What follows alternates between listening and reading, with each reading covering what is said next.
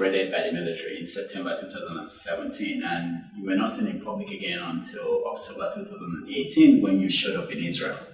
How did your life change in that 1 year when you were, so to say, in the wilderness? Introspection, after which more recuperation, introspection, and determination. That's how I look at it. I was, of course, in a matter of very life-threatening injuries. It took me time to recover, and also I had time to think this whole thing through about the influence of those Igbo men and women that wanted me dead. Is it worth fighting for? When the people you're fighting for conspired with our mortal enemies to have me killed. Are you sure that these people are the ones that you ought to be fighting for? Then I remember the dead, the wounded, and the dying, the families they left behind, why they died, and the promise that God made to me when He said, they will kill you, you will kill them, but eventually Biafra will come. So I took solace in that, and that sustained me throughout that period.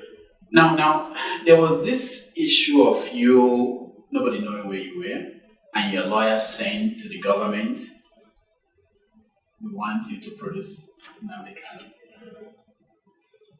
Were you in touch with your lawyer? No, I wasn't. As I said, I was injured, I sustained life-threatening injuries. The Nigerian government, in collaboration with Ohaneze, Dave Umahi, Okezi Azru, Obiano, Okoro Awosan, and a few others, Thomas out in Lagos and Abuja, Igbo men that you call your leaders, conspired with the Fulanis to kill me. They came to my house to kill me, and they killed 18 men in the process, and my cousin and my dog in the process.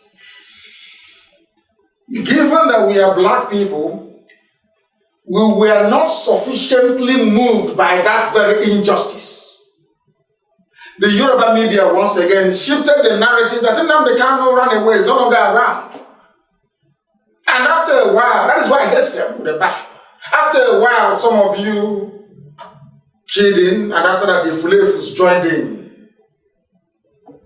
in the mockery of somebody that the state brought aircraft, helicopter gunships, a battalion, they emptied on Afia and Enugu to come and kill me. Some of you joined those that don't want you to live to make caricature of something as heinous as that. Now you understand why they call me Supreme Leader and Lord and Savior, so that those people can even get angrier when they think about their treachery. Have you ever considered what would have happened had they succeeded? By now the Fulanis would be in your village massacre. We are the only ones stopping them. Only IPOB stopping them. Now, as a parent, you mentioned the people that died. As a parent of a 12-year-old soccer player, I do take other kids of that age to go to play games. And sometimes when they lose, I know the weight of talking to them and dealing with that. I wonder, you as a leader of IPOB, and you have people who you lead and sometimes they die, what did that do to you? Do you feel the weight of people who you are the commander? The pain is, the loss is incalculable. The pain sometimes unbearable. But the only consolation I get is that it's a fuel. It drives me. It's the anger that I need, the righteous anger that I need to keep pushing. That is why I cannot afford to disappoint those families. IPOB cannot afford to fail. It's impossible. We've lost so many. The only way I can look those parents in the eye when I go back to Biafran is to say that your husband, your wife, your children, this is what they died for, is Biafra, we've gotten it. Does anyone have peace with me? I have no peace. I rarely sleep. I agonize and I worry. And that is how we keep going. Sometimes I wonder, why is it not me? Why did I not die? Do you know how many people that died in this struggle? A lot. Do we have names? We have names. Yeah, of course, the UN, they have all this. But can you say this is the number of boys, men, women, kids? We've lost about 1,000 to 1,300 people. Now, those other three people that were being tried with you, where are they? What happened to them? What is the situation with their case? No sensible judge will come to court to try IPOB cases. Is the judge drunk? What case do you have? The laws of Nigeria says I can agitate for Biafra. That's what their law says. I have the right to agitate for Biafra. Agitating for Biafra, calling for secession is not a crime in Nigeria. But the Yoruba media will make you believe that secession is a crime. Biafra is a crime. Rubbish. Ask them to show you a law where it is written. After my broadcast, I can't quite remember when, sometime in January, yes, about the futility and the stupidity of this very trial. Binta has not been to court ever since. She comes and she adjourns the case. So they are still in Of course, yes. No. They are out. They are out. They come, they adjourn the case. It's not been adjourned to October. What do you have to present?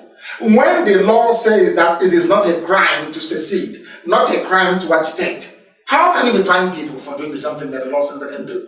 Only in nature, of course. That's why the animals in the zoo. Now, a lot of people acknowledge your sacrifice as service to the Biafran cause. You know, the fact that you suffered, you were tortured, you went to jail. But people like Rafu Wazwike of myself, Ben Onwuka of Biafra Zionist movement, yes, have also been arrested and they've been tried. What do you think? How are you different from these characters? I'm still here talking about Biafra. Where are those people? Ben is still, I think it's in and out of jail. Is he talking about Biafra now? I mean, I don't know if he has the media. You don't know. But you know I'm talking about Biafra. Yeah. You don't know if they're talking about Biafra. But you know I'm talking about, still talking about Biafra. That's the difference. But do you think that they too sacrifice for Biafra? Absolutely. Absolutely. Without a shadow of a doubt. Now, in April this year, Asare Dokupo released a video where he blasted you. That's how they said it.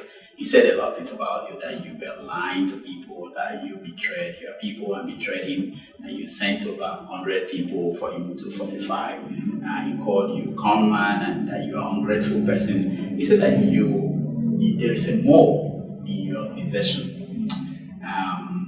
His anger seemed to be that you said that he collected $10 million from the government, and that you were calling him big, that he has a big belly, and he's a coward or something like that. Some Biafran sympathizers think that is this style. What happened? First of all, let's get clear this. What happened between you and Asare Dokupo? I don't know who did your research for you, but they got this one wrong. No, I watched the video. Have you heard me before? No, that's what he said. I'm saying that I didn't hear you because I can't watch all the. Then go back and ask him. You have a lot of videos out there. Go back and ask him if I ever called him on the phone to call him. No, he said that you were saying that on your radio show. And I mentioned Nuche too. I'm coming. Have you gone back to any of my broadcasts and heard where I mentioned anybody's name?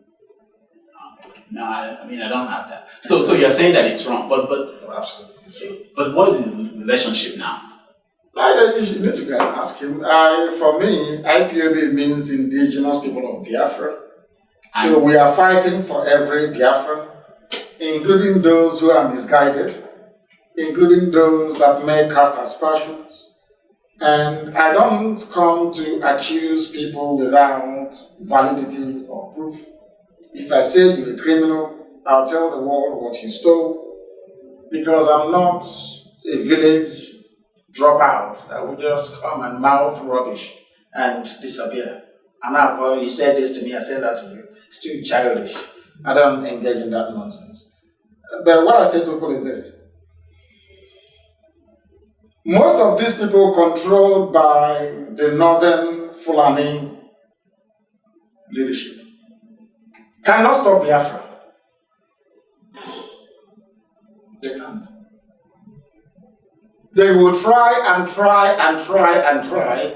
They will never ever succeed. Biafra will come imminently.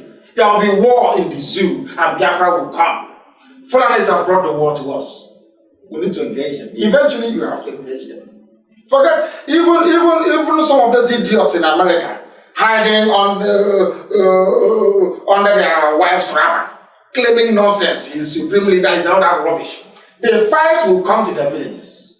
So you think that there will be war? Oh, there's war already. You're saying there will be? No. I mean full-scale war. Of course there will be. Obasanjo said it. Was it this one Obasanjo said it? There will be full-scale war.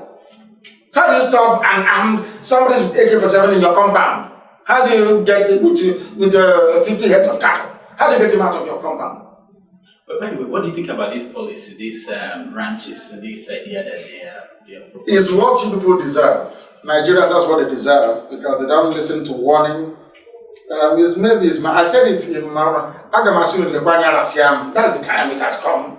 So I'm doing this to them. No. We have to round up. On Sunday, you said something. I don't know if you were aware of it during the town hall. There was a question asked, and in your answer, you said something like that millions of suicide bombers bombing will take place in the north. Now, if the media had been there, they could flash the headline, and that it could go anywhere. Do you mean? You mean that? What do you mean? Explain. So people think we are foolish. And that is a very good thing, actually. They are miscreants. I know I'm the great miscreant. The number one, the chief miscreant is me. They think we are foolish. We don't plan. We have no strategy. It's a very, very, very good thing. But we've gone very far now that we're unstoppable. If you want to know what will happen, then arrange to have me killed. Then you see what will happen. So they're picking up guns from the streets. So you think, as I am, 18 men died defending me to get me out of my house, and then you kill me, and they'll keep quiet? Is that what, seriously speaking, is that what any sensible person, is that what you think? This same IPOB, hardcore, will keep quiet, and you take me, and you kill me, and then everybody will go back and open their shops. Is that what you think? Oh dear, of course not. Now, one last question. At the beginning, I read this statement from Ojukwu about Nigeria being irreformable and not being an African necessity, questioning why we should sacrifice our existence. Yet, he participated in Nigerian politics at various points in his life. I want to know, what mistakes do you think people who fought for Biafra before made? And how are you going to avoid them?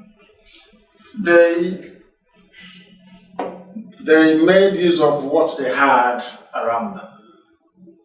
Remember that the war wasn't planned. So there were bound to be pitfalls which they encountered and surmounted and held out for 3 years. Our leader, our supreme leader, as a matter of fact, came back from Ivory Coast on the false pretext of, getting what he was fighting for via a democratic means. They deceived him the same way they tried to deceive me. Oh, why don't you feel the candidate in Abia State or Imo State? Rubbish. I knew. That was why I said that we learned from the mistakes of the past. We can't. Once IPOB engages in party politics, that's the end of us. This ones will go and join NCNC. This ones will join CCCP. All that rubbish all over the place. I will collapse. I said, no, I won't do it. So those are the mistakes I was talking about. Avoidable pitfalls. Those that advised our leader to come back knew what they were doing. They were working for foreign people. You didn't know that in MPN. They said, come on, join MPN. And the day he declared for MPN was the end of our race. From that day till today, we've not recovered, and likely never to recover until Biafra comes. Simple as that. Because it was our icon, our symbol, our strength. We were raised believing that our Messiah will come back one day. Ojukwu and all the foreigners and Hausa will run away. He came back and he joined them. So people said, oh, the same people were being told should be avoided If our leader can go to them and cut a deal, so can everybody. From that day, this stampede to Ibrandi also started. And it hasn't stopped till today. Those are the dangers. And I will not fall into it. Thank you so much. Thank you for a nice conversation. Thank you. Thank you.